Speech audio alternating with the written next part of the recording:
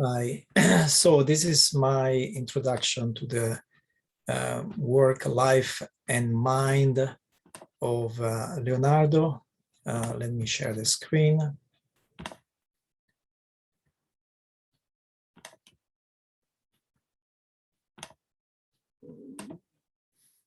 Okay. So, Leonardo, I'm going to use mainly, probably only two biographies written by people who must have known him very well. And I would not make reference to more recent books that all create controversies. One thing I like to point out is that Leonardo's life is really sandwiched between two major historical events. He was born in 1452, and that's just the year before the Ottomans conquer Byzantium. The fall of Byzantium was a major event for European history. It was the fall of the biggest, most powerful Christian city. And then Leonardo died shortly after Luther published the 99 Thesis, starting the protestation. Now, Leonardo's Italy was a very messy place. Southern Italy had been conquered by the Spaniards. Northern Italy was splintered in a number of entities, notably Venice, that was still very rich and powerful. The Savoy territory, that maybe was more French than Italian, Milano, that was getting rich, and Genoa, that had declined from the heydays of the medieval time. Then going south, you had Florence, Firenze, and the Papal States. The Papal States, in theory, belonged to the Pope, but in practice, they are disintegrated into several autonomous entities. Famously, the Este family ruled in Ferrara, and the Montefeltro ruled in Urbino. These two families are famous because they became patrons of the arts. And these are so the Papal States were not really a state. The city-states of medieval Italy have been consolidating because, for example, Venice annexed Padova and Verona. Milano annexed the cities of most of the cities of Lombardy, and Firenze annexed most of what is today Tuscany. So, and Italy had endemic warfare and was mostly controlled by foreign powers. Nothing in Italy was truly independent. Italy was witnessing, since the Middle Ages, the rise of the merchant class. The landed nobility was becoming poorer than the urban business class. The trade routes that had made these Italian city-states so rich, these trade routes were also major conduits of cultural exchange with both Eastern Europe and the Muslim world. And after the fall of Byzantium, a number of Greek scholars migrated to Italy. Byzantium, which is now Istanbul, at the time was a Greek region. Now, Florence's original wealth was really due to wool and then silk. But Florence became the sort of, it's considered the birth of capitalism, the birthplace of capitalism. Giovanni Bicci dei Medici, there was Lorenzo's great grandfather, he introduced the double entry bookkeeping system, which sounds like trivial today. But back then it was a major revolution in financial transactions, and indirectly fostered international trade. It was a sort of the beginning of cashless commerce. So that was one of the things that made the Medicis, the bankers of the Pope, and the bankers of many monarchies in Europe. Not frequently mentioned, but also Jewish bankers were welcomed in Firenze, and they helped, in my opinion, they helped lend money to the not so rich families of Firenze. So anyway, it was a pretty booming economy still in Florence. The culture, of course, benefited from the sponsorship of the main family, most famous family of Firenze, the Medici. Even before him, a number of things happened. I mentioned the discovery, Poggio Bracciolini's discovery of a copy of Vitruvius, the Architectura, that was hidden in a Swiss monastery. And then, so after that, the architecture becomes a very innovative activity in Firenze. You have Brunelleschi's Duomo, which some consider the beginning of the Renaissance. And of course, the subject of this lecture, Leonardo, will also be somewhat inspired. In 1462, Cosimo, who was Lorenzo de' Medici's grandfather, decided to refound Plato's Academy, Platon in Greek. Platon's Academy was in Athens, and it was an important cultural salon. And Cosimo decided to have it in Florence, near Firenze, in the Corrige villa. And he appointed Marsilio Ficino as the man in charge. Ficino was a philosopher, a very important person. I'll say a few words about him. And in 1469, Lorenzo il Magnifico becomes the head of the Medici family, de facto the most powerful man in the city. In 1471, a printing press opens in Florence. And I mentioned Angelo Poliziano, who was the main writer at the time at the Medici court. Now, a few words about Marsilio Ficino, because he helped shape the cultural environment of Leonardo's Florence. He was a physician, a priest, and a musician. So being a polymath was not unusual at that time. We see it over and over again. He was the chief tutor of the Medici children, notably of Leonardo the Magnificent. In 1463, he also translated the Corpus Hermeticum, which he didn't probably want that to be his bestseller, but it would become a bestseller when printed, apparently without his authorization.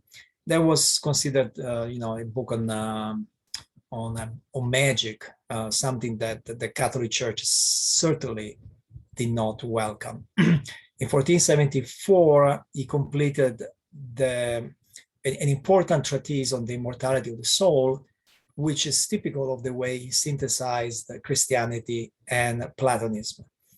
And in 1484, he published the Latin translation of Plato's complete extant works. That's what Cosimo really wanted.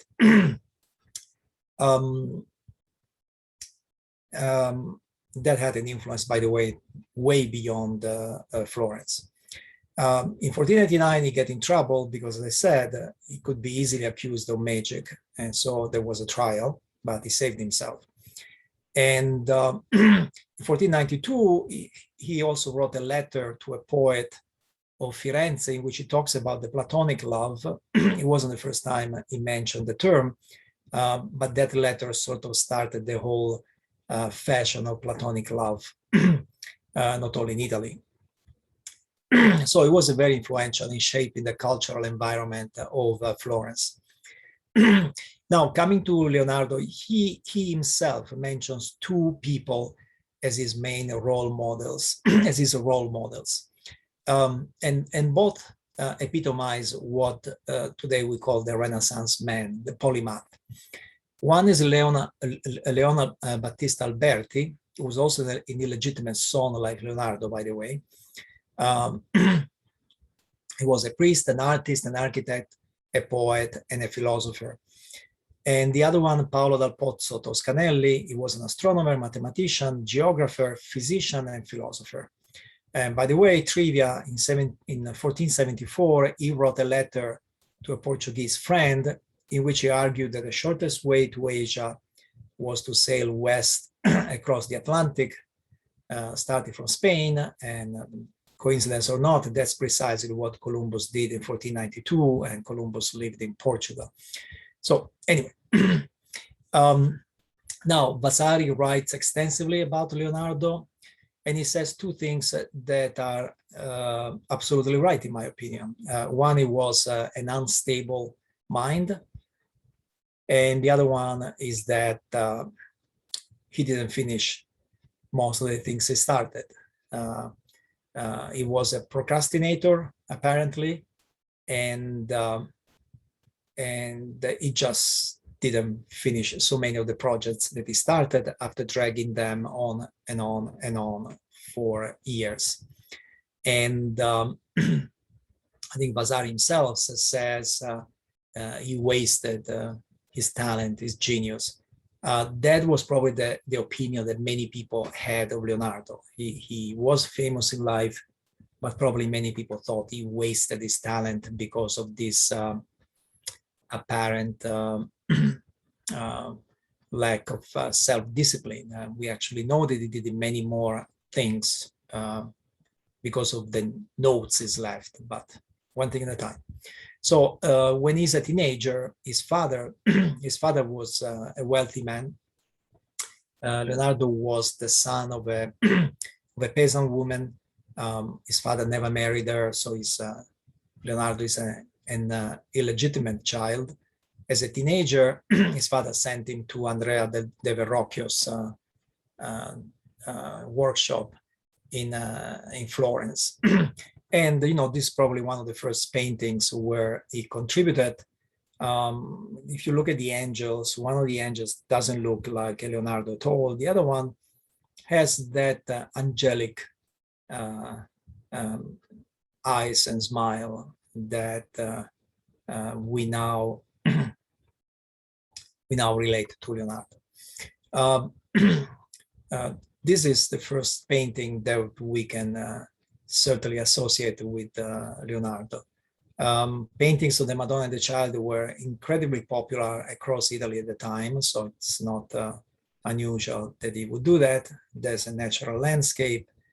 But the thing that to me is always impressive about Leonardo, one of the things is the hand. And if you look at the hand of this Madonna, you can see what I would call the Leonardo fingers. Then there's an annunciation that most likely was done by another pupil, but all the students contributed something to these paintings in many cases. And here you can see the background, and again the hand of Mary. Again, I call it the Leonardo fingers. So was he an homosexual? In 1476, he and 3 other kids were accused of engaging in sodomy with a male prostitute, and this is taken as evidence that he was homosexual. Actually, there were many people accused of engaging in at the time it was illegal sex. We don't know if this was true or not. We don't even know who accused him. And then they say, well, he never married. Yes, he never married, but Petrarca never married, Donatello never married, Botticello. Botticelli, Leona Battista Alberti, Michelangelo, Galileo. These are all, people from Florence who never married. So it was not that unusual. So anyway, I don't think it's particularly relevant, and I don't think we know for sure. We know he never married, and we know he never wrote anything about loving somebody, male or female. The Madonna Benoit was painted when he was in his 20s. I don't consider it a typical Leonardo painting, other than that being a very good painting. It's sort of unusual in being a sort of dynamic way of painting the Madonna and the Child, because you really feel like it's a picture taken while they are moving. Benoit, by the way, is the name of the old owner of the painting. Ginevra de' Benci is Leonardo's first secular painting. It's a painting of a real woman. It's sort of unusual, at least for Florence, because it's three-quarter view. She's not facing us. It's not a profile picture.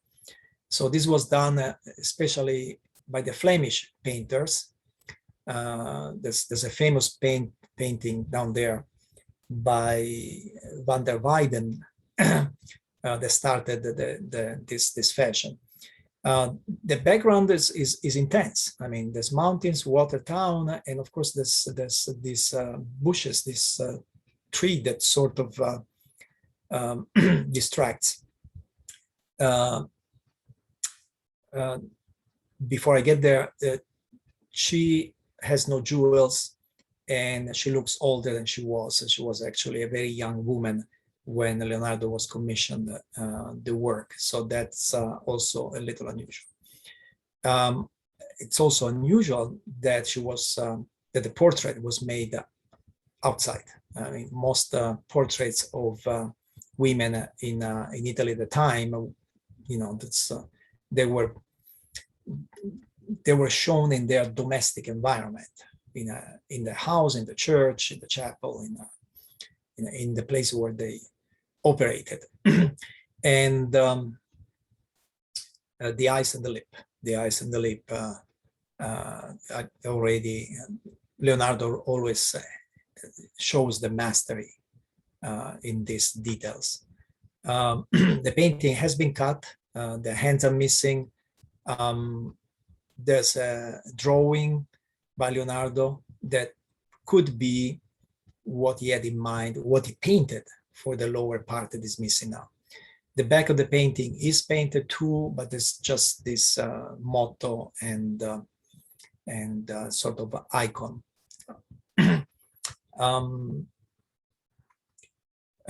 This is a typical portrait at the time. So that's this. I don't remember who painted this, but this is a typical Florentine painting of a woman at the time. I mean, she's painted in her environment, and usually profile, three-quarter view. Somebody also painted that way was Giacometto Veneziano. He made this portrait of a nun. She's also outdoors. It's painted on both sides, and it's not profile, but this is certainly later. Now, Leonardo left us so many drawings. The early drawings, these are all about 1480, are different from the later ones, in my opinion. These are people, and some of them mythological. The lady with the unicorn. The legend has it that only a virgin can tame a unicorn. But it's it's interesting that there are complete figures. And in action. The Adoration of the Magi is one of his many unfinished works. It's a very dynamic scene. A lot of things happening there with a lot of characters. And in the background, you have this unfinished temple and workers who are building or rebuilding it. I don't think they're destroying it; they're building it or rebuilding it.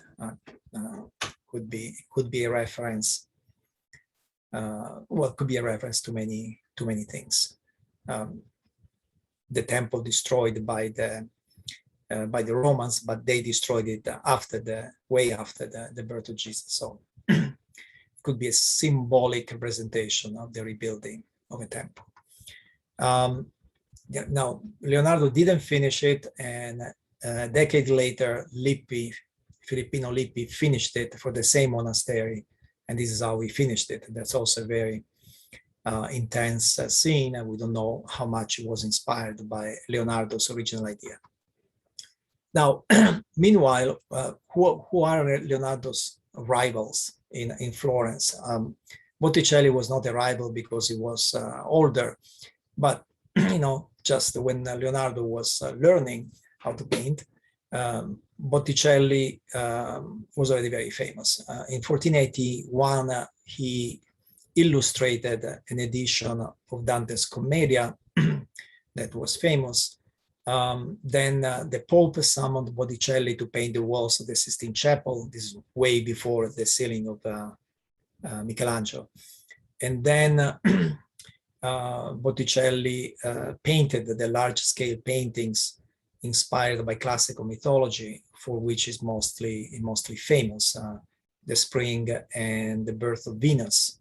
Venus, by the way, was an important symbol in the Neoplatonism started by Marsilio Ficino. Botticelli, Ghirlandaio, and Lippi and Perugino painted Lorenzo Medici's villa. Ghirlandaio painted his Last Supper that we will see later, and Tornabuoni Chapel, which was maybe his biggest commission. Lippi's biggest work was probably to decorate the Strozzi family chapel in Santa Maria Novella. Giuliano da Sangalo is the one who looks a little bit like Leonardo. He was a favorite of Lorenzo de' Medici, but he also didn't finish much.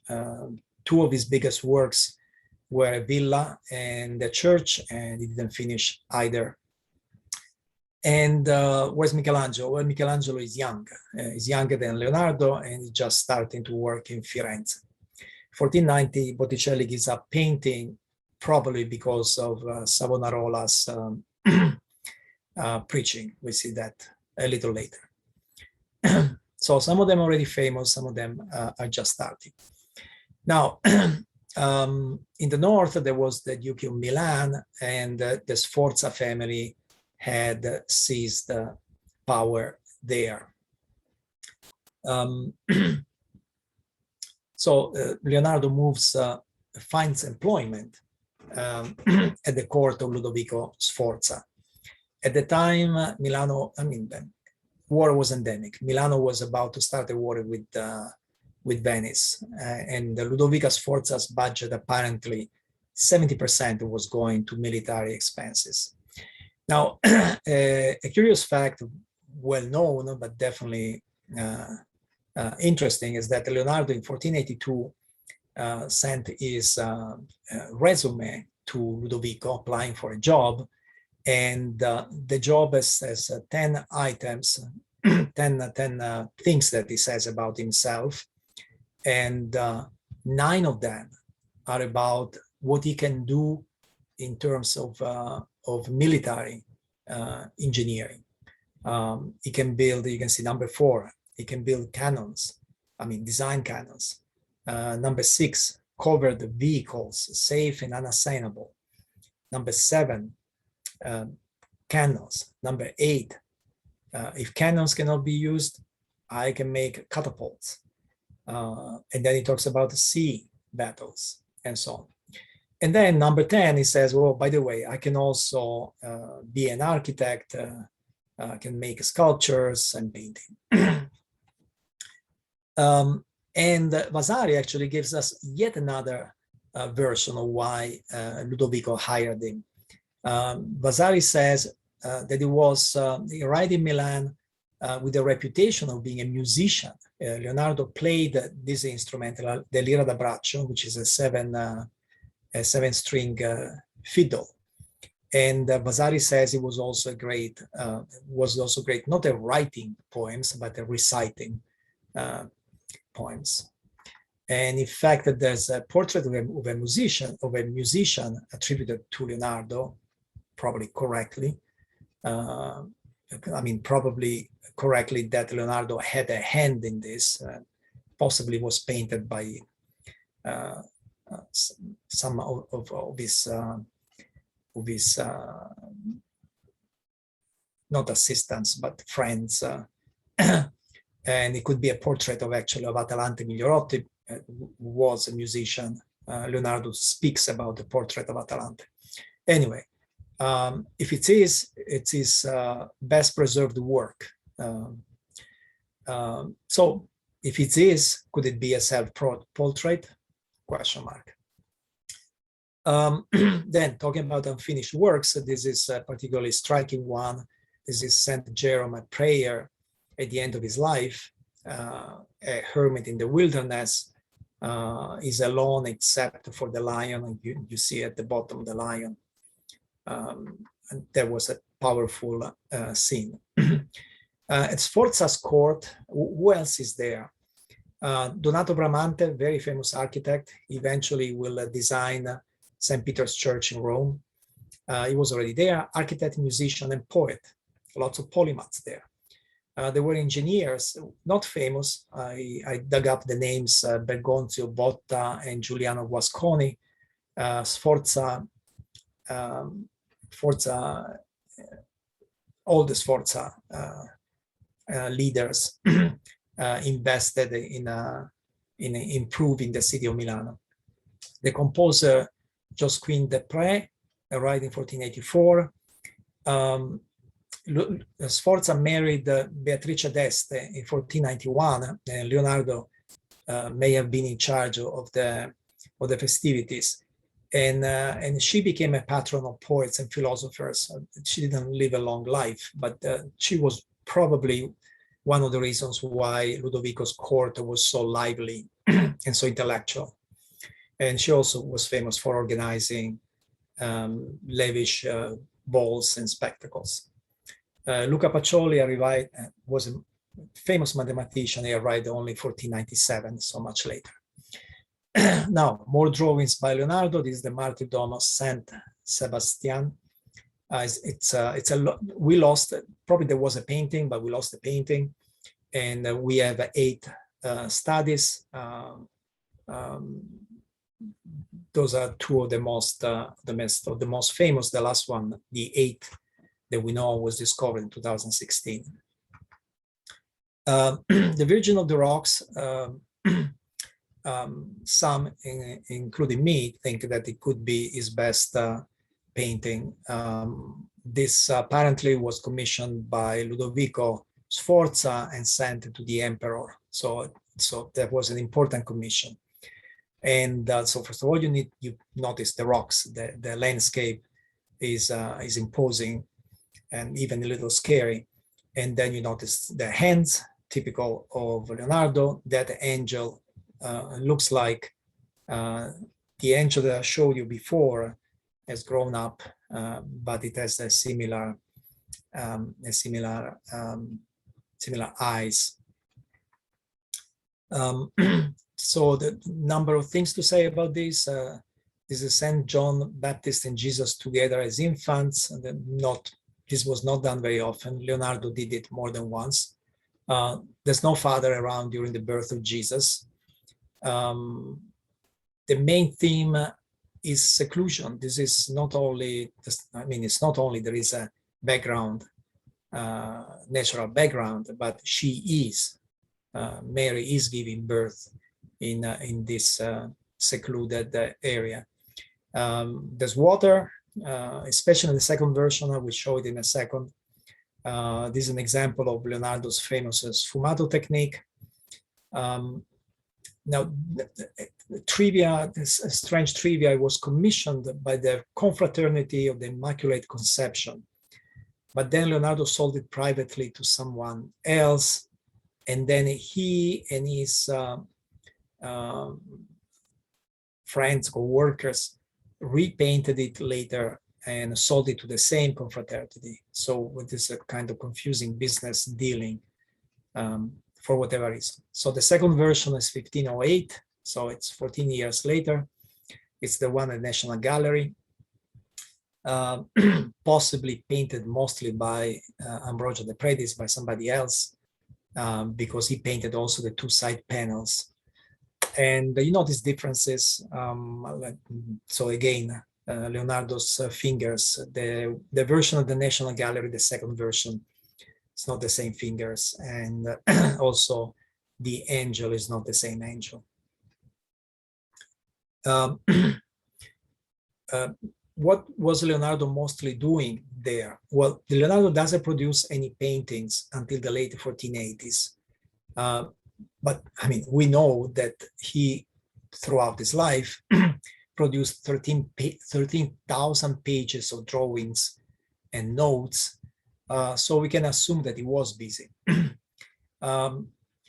It sounds like mostly he was designing war machines, and that these war machines were so elaborate and so weird that they were more fantastical than practical.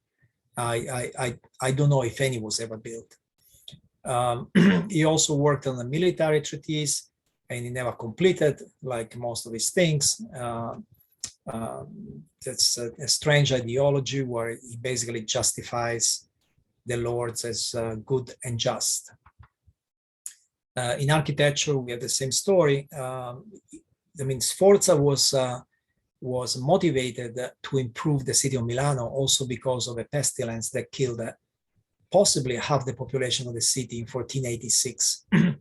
And so it's not surprising that between 1487 and 90, Leonardo's sketches include a lot of sketches of buildings. And but as far as I know, none of his architectural models were built. So it's not clear how he pays his bills. One way he may have paid his bills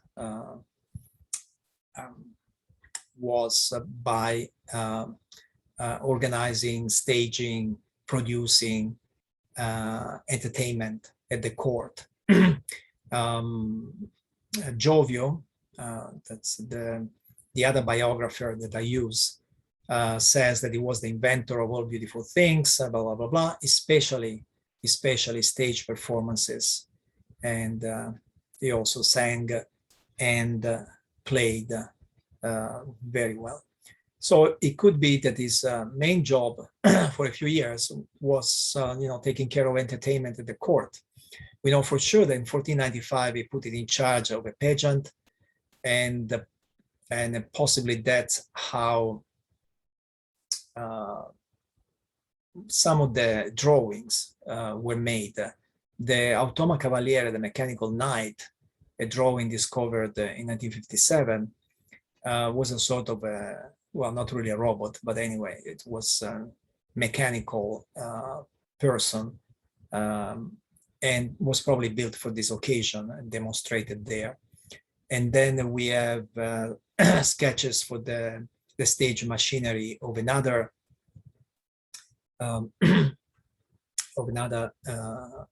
spectacle called the Danae. So, you start thinking if Leonardo's fantastic machines were mainly designed as stage machinery. Was he mainly a theatrical designer and producer at the court in those years, at least? In his drawings, there are so many party boys and girls. I call them party because they seem to be wearing costumes. And why would he draw these pictures? One reason could be, well, that's what the characters of the spectacles were wearing. Now, most of the interest in Leonardo's notes is about his engineering notes, engineering thoughts. Leonardo never went to school. He grew up the illegitimate son of a peasant woman, as I said. So he didn't have the credentials to be a scientist, a real scholar. And in fact, he never used mathematical formulas. His math was visual, not numeric. Even numbers are not frequent in his work. On top of that, he didn't write in Latin, most likely didn't know Latin well enough to write. And that also was an obstacle in being read and respected by the learned scholars of his time. Anyway, his engineering drawings are fascinating. A self-propelled car, 100 pages on birds, basically, why birds fly, what makes them fly. And then a flying machine, a helicopter. And again, some of these may have built for stage performances, may have been those lavish spectacles at the court. He clearly was not into, I shouldn't say math, because math involves more than numbers, but he was not a fan of numbers. For example, Piero della Francesca, another great painter of that age, for example, wrote this little treatise, and look how many numbers there are in a random page. I wasn't picking that page in particular. And Albrecht Dürer, German painter, published a book on measurement and full of numbers. Leonardo wasn't that kind of numeric person. But he's notable and he was influential because of his systematic experimentation. It wasn't just somebody thinking about innovation. He was not interested in tradition. Maybe he didn't know tradition. Again, his schooling was limited. And Claudio Giorgione wrote, he really invented a new way of inventing. And that's been a good way to put it. His manuscripts, in case you don't know, were lost until the 18th century, but they were widely circulated in his lifetime. So he had an influence. And the boom of mechanical treatises, engineering treatises of the following century has something to do with Leonardo's notes. His notes are not easy to understand, almost never easy to understand, actually. This is a page that I don't know if anybody ever figure out what is going on here. And also he was writing right to left, the mirror image, and his Italian was certainly not the best Italian I've read. Again, the influence, in my opinion, was there. These are all books published in the following century on engineering. Very few places like Italy have so much activity in this field. He had a passion for geometry, but in his own way. He was fascinated by two legendary problems of geometry, the duplication of the cube. These are some of his drawings for that problem. And the other one, the squaring of the circle, that we'll see a bit later. I think he particularly excelled in 3D geometry. Again, visual. His powerful way of thinking was visual thinking.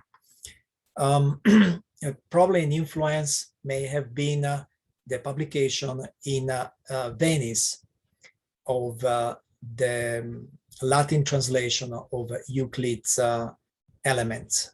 This was the first printed edition of Euclid with the first ever printed geometrical diagrams. This German publisher in Venice figured out how to print diagrams. So this was a famous edition, and most likely Leonardo was very familiar with it. Then Leonardo, of course, left us a lot of sketches, drawings, notes on anatomy. He dissected corpses to study anatomy. We don't know when he started, but he did. And this is not unusual. Carmen Bambach writes that it was normal for Italian artists of the time to become anatomist in order to to improve the way they were portraying the human body. Leonardo was particularly puzzled by the senso comune, which I think today we call consciousness. So he tried to figure out where in the brain is the senso comune. Of course, he left a lot of notes about the eyes and the lips. And it is kind of funny to think that these very austere, sometimes gruesome drawings are the models for his beautiful eyes, beautiful and gentle eyes and lips. The theory of proportion was not invented by Leonardo. It was already popular before Leonardo. Piero del Pollaiuolo's Martyrdom of San Sebastian is a good example. And Leon Battista Alberti even wrote a whole book in which he talks about it. Leonardo had a workshop. That's another way maybe he paid his bills. He had many pupils starting from around 1490, and many, especially those from rich families, would pay. So this is the castle, the Sforza castle as it is today, where Leonardo worked, lived, and had the workshop. Leonardo also had a passion for grotesque heads. He never used them in his paintings because his paintings have beautiful, idyllic faces, but he drew many. He also made fun of famous people. There's a caricature there of Dante with his ideal woman Beatrice, and he's touching her breast.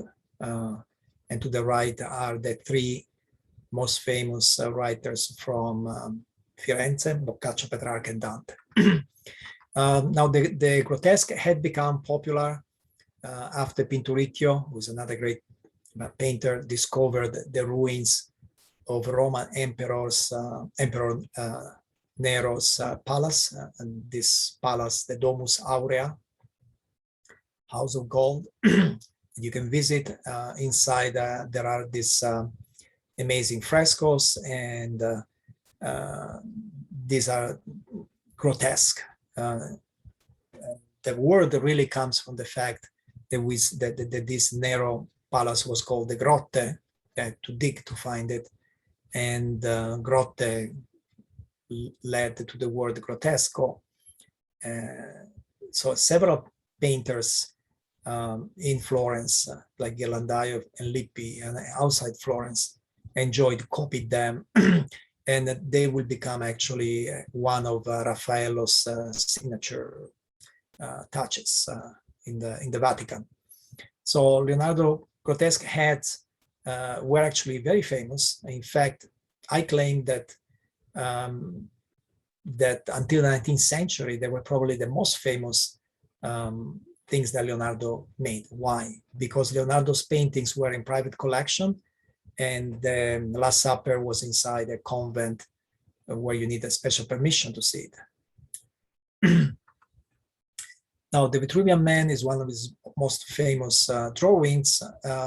That to me is interesting because it is part of his studies on how to square the circle. It was taken from Vitruvius' De Architectura, which I said was discovered by a Florentine before Leonardo was born, and then became a very famous book, very influential in Florence. And yes, and so the one to the left is Leonardo's, and the other two are from other books published in Italy in the following years. Now, Leonardo is also credited with drawing a computer. I don't think it is a computer, but he drew this machine with 13 interlocking wheels and 10 faces. I agree with Silvio Hennin, who wrote Leonardo was possibly studying the properties of gear trains in comparison with systems of levers. Roberto Guatelli, who long ago built practical models of Leonardo's drawings. He built a replica that he built a model that in my opinion is mostly his own imagined device. The Madonna Litta, in my opinion, is not Leonardo. It's for a number of reasons, but it is based on a design by Leonardo. This is a Leonardo, Dama con l'Ermellino. It's probably Ludovico Sforza's lover, Cecilia Gallerani. It has a black background. She's not looking at us. And I think you can compare with something that Antonello had done with Annunciata. Antonello was a famous painter, especially of portraits. And he made this Annunciata that doesn't look at us, and you have to blow up the painting. She's looking away from us, and again, black background, and both of them seem to refer to another person in the room. Leonardo's lady is staring at somebody, and Antonello's Annunciata seems to be talking to somebody. And now Leonardo was in charge of a bronze monument. It was supposed to be the largest equestrian statue in the world. It was commissioned in 1482, and after working on it for so many years, he had to abandon the project because it just didn't work. The horse was too heavy, and it was sinking.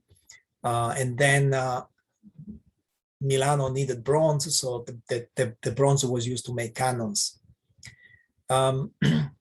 Leonardo built a clay model in 1493 that was briefly famous, but it was destroyed in 1499. So all we have is one of his drawing of a horse, which may or may not be the way the horse looked.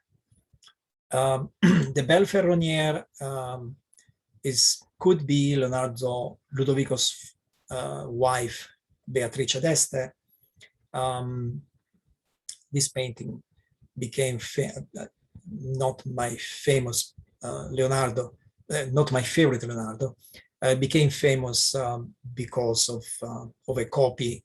This is actually an interesting trivia. In 1929, an art critic was sued for defamation by the owner of what, in my opinion, is a copy, and this copy was eventually sold for a lot of money. So that was a signal, a warning to art critics that if you dispute the authenticity of a painting by a famous master, you cause them a big monetary loss, and they might be willing to sue you. And in my opinion, that's one reason why so many paintings are found authentic, because where is the art critic who is willing to risk a lawsuit from a rich buyer? Now, 1492, I mentioned Leonardo obviously lived in the middle of some very important changes in the Western world. 1492 was an important year. Locally in Florence, Lorenzo il Magnifico died. 1492 is also the year when Spain is unified under Catholic rulers. Muslims and Jews are expelled. 1492 is the year when Columbus discovers a route to the West Indies. And 1492 is also when Rodrigo Borgia is elected Pope Alexander VI, possibly one of the worst popes ever, a symbol of decadence and corruption. What's happening in Florence at the time? Again, Leonardo is in Milano. Well, Florence is in a very bad situation. In 1490, a Dominican friar, Savonarola, starts preaching that the apocalypse is coming in the year 1500. Those of you who were around in the year 2000 may remember similar apocalypses. So it's not surprising that 5 centuries ago, The same was happening for the year 1500. When the French invade Italy and march towards Florence, the Savonarola's prophecies seemed to become true.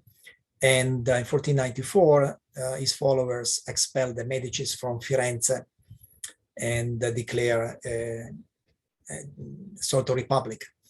In 1497, the bonfire of vanities, if you heard this expression, it actually dates from 1497, when Savonarola's followers burned paintings and books as heretical, even the religious ones. Why? Because the religious ones were made for rich patrons.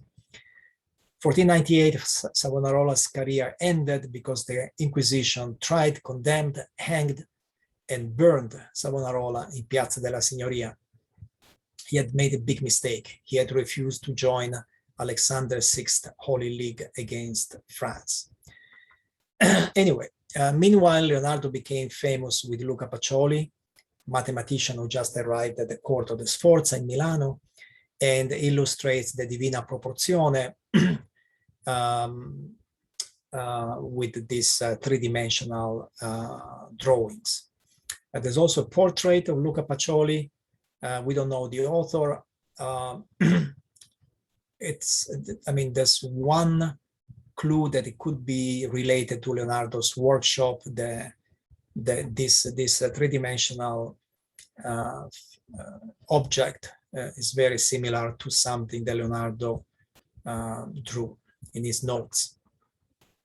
Leonardo worked at the Sala delle Asse, which is a room in the castle. You can visit it, and it's not terribly unusual, but what Leonardo did was use these very complicated knots to paint the ceiling.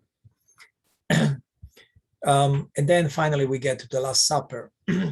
Was commissioned in 1494 by Ludovico Sforza for his favorite church, Santa Maria delle Grazie, right after he had paid Donato Bramante to finish the renovation.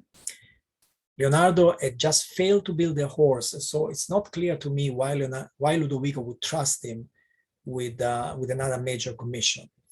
It took Leonardo 4 years to complete it. So it was completed in 1498. Matteo Bandello, who was a writer of short stories in Italy at the time, in 1497 talks about how Leonardo kept procrastinating work. He seems to have no pressure to finish. He's very relaxed about it. He shows up, takes a look, then he leaves, and he comes back the following day, and so on. Now, Bandello was a humorist. His stories are actually, so he might have exaggerated a little bit, but that fits with other things we know about Leonardo. Now, Leonardo's work was another disaster. This is how he looked before the restoration by Benin Brambilla that ended in 1999. That's how I saw it, by the way. In fact, I didn't take a picture. It was just, it was difficult to see what's going on. Now, why? Who caused the damage? Leonardo caused the damage. The traditional well-known method of fresco painting was tempera or wet plaster and paint as quickly as you can before the plaster dries. Leonardo took 4 years, and he decided to paint on dry plaster so he can take his time. He painted on dry plaster like it was the canvas of an oil painting. So that's the result. So it was his fault. And in fact, we know it was his fault because at the same time, Ludovico Sforza hired a humble painter, Giovanni Donato da Montorfano, to paint across the room, same refectory of the same church, a crucifixion, which Montorfano did. Again, wall painting, again, fresco.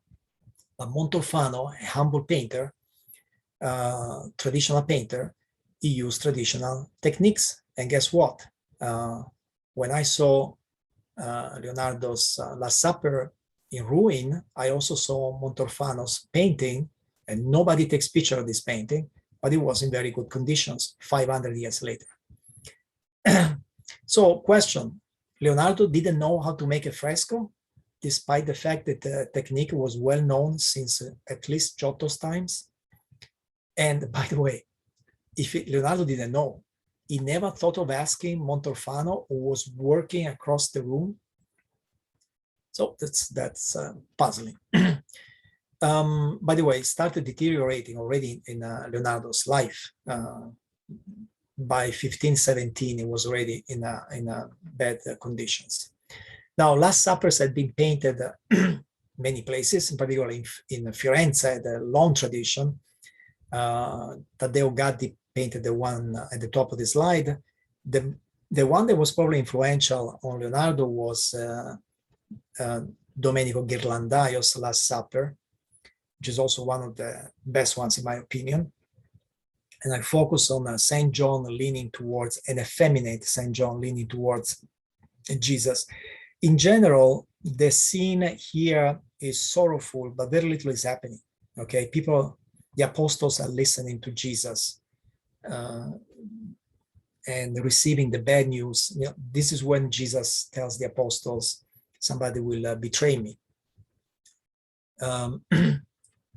And in Ghirlandaio's painting, actually, they could be just sad because Jesus told them, this is my last supper. Anyway, it's a sorrowful occasion.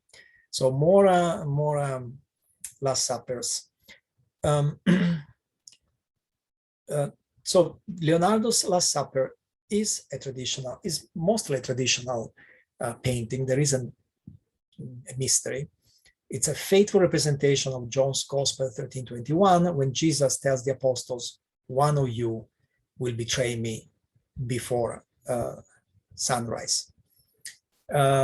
Leonardo had to paint the apostles according to stereotypes so that people would easily recognize them. Peter is angry and holding a knife. Judas has the purse of silver, the coins that is paid to betray Jesus.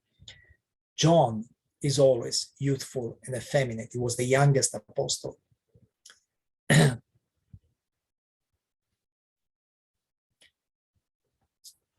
So basically, Leonardo really painted a copy of the Last Suppers that he had seen. What is different? Well, first of all, no halos. Jesus and the apostles are portrayed like common people. There's no circle on their heads. If you look at the other Last Suppers, the circle is there, the halo is there. It's a dramatic, dynamic scene compared with the one we just saw in Ghirlandaio's Last Supper. Here, they are arguing, they are angry. Some of them are puzzled, shocked. St. John looks like he's crying. And of course, a lot has been made of the fact that they are divided in 4 groups of 3 people. This may have many explanations. Books have been written where people try to explain this as some magical number 3. It could also be quite simply that Leonardo had 3 models at the time, and so he decided to separate them, just convenience. I would encourage you to read it right to left, because that's the way Leonardo wrote, and to me it makes more sense that way, but I'll let you read the many commentaries written about this painting. Now, things I want to say, Jesus is isolated because of the way the painting is structured in those 4 groups of 3 people. Jesus is sort of alone. Yeah, they're talking to him, but he's sort of alone. He has a very calm pose. Look at his feet. One hand up, one hand down. The hand down is grabbing a glass of wine. By the way, it is painted through the glass of wine. The other hand is not clear what it does. It seems to imply something up there. And most of the action is in the hands. That's something that critics don't often emphasize. If you just, I try to focus only on the hands here, and you see that a lot is going on in the hands. Of course, it's a perfect example of one-point perspective. All elements of the painting converge into the midpoint, Jesus' head. These are the main actors. So this is Peter whispering something to John. John is effeminate because he's effeminate in the Last Suppers. Forget the story about St. John is not Mary Magdalene. Women sat in the kitchen. Nobody would paint a woman among men. It would have been blatant heresy. Of course, the priest of the church would have been shocked and would not have accepted such a painting.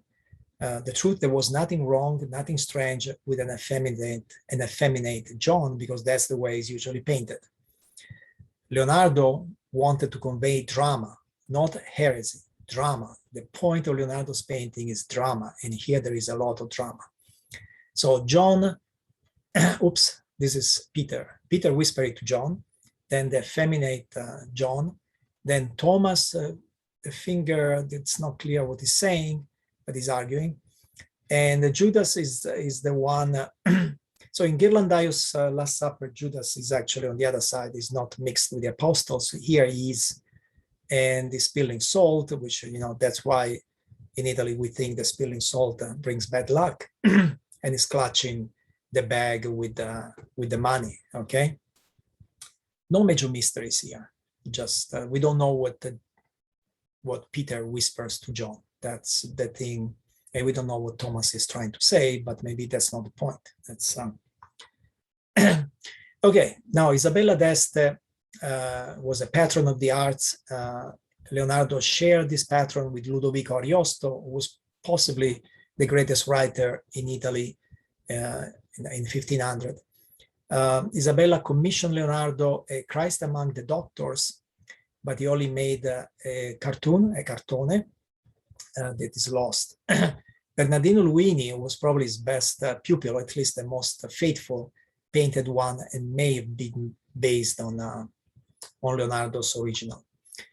Then what happens? 1499, the French king Louis XII invades Italy, captures Milan. Ludovico Sforza has to flee. Leonardo returns to Florence, which again, at that time was not run by the Medici family, was still in the middle of this strange republic until 1512. And in 1502-3, he spends 10 months traveling across the territories controlled by ruthless mercenary Cesare Borgia. He was an illegitimate son of that corrupt Pope Alexander VI. And Cesare Borgia had worked for the French in Italy as a sort of general. He became the inspiration for Machiavelli's The Prince. So Leonardo is working for a man who is not usually considered a nice guy. In 5504, the Treaty of Lyon basically splits Italy into two spheres of influence. The south is basically a Spanish colony, and the north is mainly under French control. Now, what are the others doing? When Sangallo is working on a major palace, Palazzo Gondi, Ghirlandaio dies in 1494. Michelangelo has moved to Rome. Lippi is working on the Adoration of the Magi that Leonardo left unfinished. I spoke about it earlier. In 1500, when Leonardo is moving back to Florence, Michelangelo creates the Pietà, one of his most famous, most celebrating sculptures. And then Michelangelo moves back to Florence and makes the statue of David. So at that time, Michelangelo and Leonardo are briefly in the same place. What about Raphael? Well, Raphael is a young man, and he moves to Florence in 1504. Filippino Lippi dies and is mourned by the whole city. Was a much beloved character in Florence. And in 1505, Michelangelo is invited back to Rome, and you know what he will paint in Rome, the Sistine Chapel, the ceiling. Now, Leonardo is hired in 1500 to paint for the altar of the Santissima Annunziata monastery. He never finished it. He draws a famous cartoon of St. Anne. Famous by whom? Famous by his contemporary. Vasari says that people lined up to go and admire this cartoon of St. Anne. It's not the one at the National Gallery, it's lost. But he never finished the commission. He lives and works in the monastery, but maybe concentrated more on mathematical studies than on painting, because we have hundreds of pages like this. This is about squaring the circle, his obsession. Leonardo tries to paint the Battle of Anghiari, another commission. That's the only time that Leonardo and Michelangelo worked in the same place. Michelangelo also had, so Leonardo didn't finish his fresco. Again, he messed up the fresco technique. Michelangelo never completed his fresco because the Pope called him back to Rome to paint the Sistine Chapel. Leonardo left us this drawing where Mary, Jesus' mother, is sitting on the knees of her mother Anne, holding Jesus, and again John the Baptist as a child is also there. This is not a prototype for the Madonna dei Fusi, one of the many wrong Leonardo attributions. Salvator Mundi, possibly painted by Bernardino Luini. I strongly doubt Leonardo did much on this painting. In particular, Jesus holds a transparent crystal sphere in his hands, but that there's no optical effects. I really doubt Leonardo would have missed a chance for doing something there. The Virgin and Child with Saint Anne, that is a Leonardo. It's unfinished. It was still in his possession until his death. And we are told that the faces of the Mona Lisa and of Mary's mother Anne were painted in 1503. How do we know? Because Agostino Vespucci said so, saw them. Now, the Mona Lisa. The Mona Lisa is a portrait of Lisa Gherardini, the wife of a merchant. There's really not there's no mystery about this painting. Vasari tells us that it took 4 years for Leonardo to finish it. Surprise, again, the procrastinator. The thing that has puzzled people ever since is the light smile on Mona Lisa, also known as the Gioconda in Italy, Gioconda because her last name was Gioconda. The smile, according to Vasari and to other witnesses, Leonardo hired musicians and storytellers and clowns to keep her in a good mood and smiling. And in fact, Cesare Maccari, centuries later, imagined the scene like this with Leonardo painting and clowns and musicians making sure that she doesn't get bored. I mean, it was an extremely boring thing to take a picture of somebody, but take a photo. Back then, the person had to sit for days, and it was a very boring thing, and that's why most of them don't look very happy. So Mona Lisa has become the greatest icon of painting after the painting was kidnapped by this Italian nationalist who was proudly shown here by a photographer with the Mona Lisa. And after that, especially the French, but eventually everybody started making fun of the Mona Lisa. It became such a famous painting. This is Duchamp's not too respectful remix. And then you have Dali, Andy Warhol, Botero, Basquiat. These are just about everybody did something with the Mona Lisa, such a powerful universal icon. This is Banksy, Ninchos, and even I tried with the AI to do my own remix of the Mona Lisa. Leonardo returns to Milan by the French governor. I mean, his reputation is very high, actually. And the governor hires him to design a villa, and Leonardo works there for a while. He makes this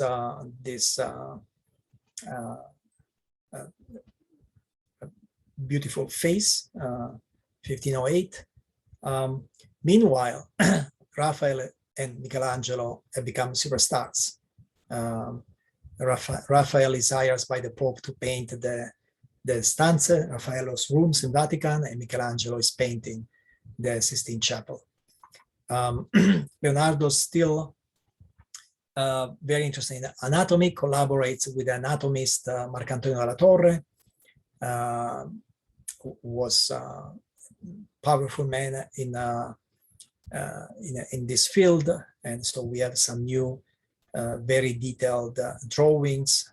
Again, Leonardo was dissected cadavers. I don't want to know how he painted, how he drew the fetusi. He lives as a self-portrait that I find fascinating because I think it's one of the most depressing self-portraits of all time. He really showed age. He seems to show also knowledge of, in a sense, failure, wasted talent. And I don't know, it gives him the feeling of a man who is not happy when he looks back at his life. Raphael paid tribute to Leonardo in 1511. He used Leonardo's face for the character of Plato, of Platon, in the School of Athens. And meanwhile, 1513, Lorenzo de' Medici's son Giovanni is elected Pope, and Medici is Pope. Leonardo is invited to Rome, where he meets Raphael. Obviously, Raphael had a very good opinion of Leonardo. 1515, Francois of France invades Italy, reconquers Milano. The king invites Leonardo to move to France. This is probably the castle where Leonardo lived his last years. And he paints St. John the Baptist, who some, including me, consider one of his masterpieces. It's another effeminate youth, his finger raised towards heaven. I don't know what he's trying to tell us. The body blurs with a black background, and he has the same enigmatic smile of Mona Lisa and Saint Anne. And this is how St. John the Baptist was usually represented by painters, from Tiziano to El Greco. And the most famous thing was the beheading. Well, this is how Leonardo paints St. John the Baptist, completely different person. Now, Leonardo died at the castle in Amboise. Botticelli just died, Giuliano de Sangallo died, Leonardo dies in 1519, Raffaello dies in 1520. And the Platonic Academy of Florence, where Leonardo was never invited, is dissolved in 1523. An age has ended. Now, two trivia. Did Leonardo know about America? As I said, he was there, 1492, when Columbus sailed to the New World. Some people claim that he knew for a number of reasons. This paper claims that it talks about Amerigo Vespucci. Sorry. But Vespucci is a common last name. Leonardo knew at least two of them. One is the Agostino who witnessed him working on the Mona Lisa in 1503. So it's not surprising Leonardo would know a Vespucci. He knew at least one. And the one to whom Leonardo was referring is probably Amerigo's nephew, Bartolomeo. Vespucci never returned to Florence after his American travels, so I don't think Leonardo had any chance to meet him in person. Did Leonardo know about America? Well, certainly knew, because Amerigo Vespucci's letter of 1503 was famous, and even more famous was the book published a few years later. These are the places where it becomes, so the letter was titled Mundus Novus, New World. These are the letters, the letter in the book that, that told the world, this is a new continent, it's not the West Indies. And that's why it's called America, after Amerigo. So Leonardo certainly knew about this, everybody knew about this. There's a small globe found in Pavia, made from 2 halves of 2 ostrich eggs, which was engraved by a left-handed artist. This was discovered in 2012, and it shows America. And some people immediately called it the Da Vinci globe. Debatable, but why not? Now, the other trivia I want to talk about is the naked Mona Lisa. There are several naked versions of the Mona Lisa. Some people think this one was made by Leonardo. It would be interesting to know if it was made by Leonardo. It would be interesting to know, did Lisa Gioconda pose naked for him? And this is by one of his pupils. And I will leave you with this picture. There's been speculation that Leonardo made a self-portrait.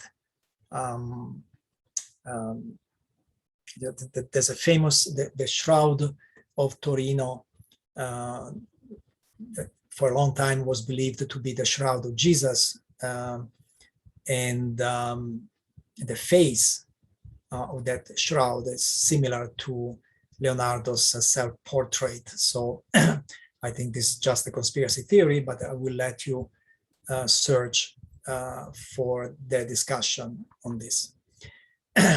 Okay, if you list his paintings, it's depressing.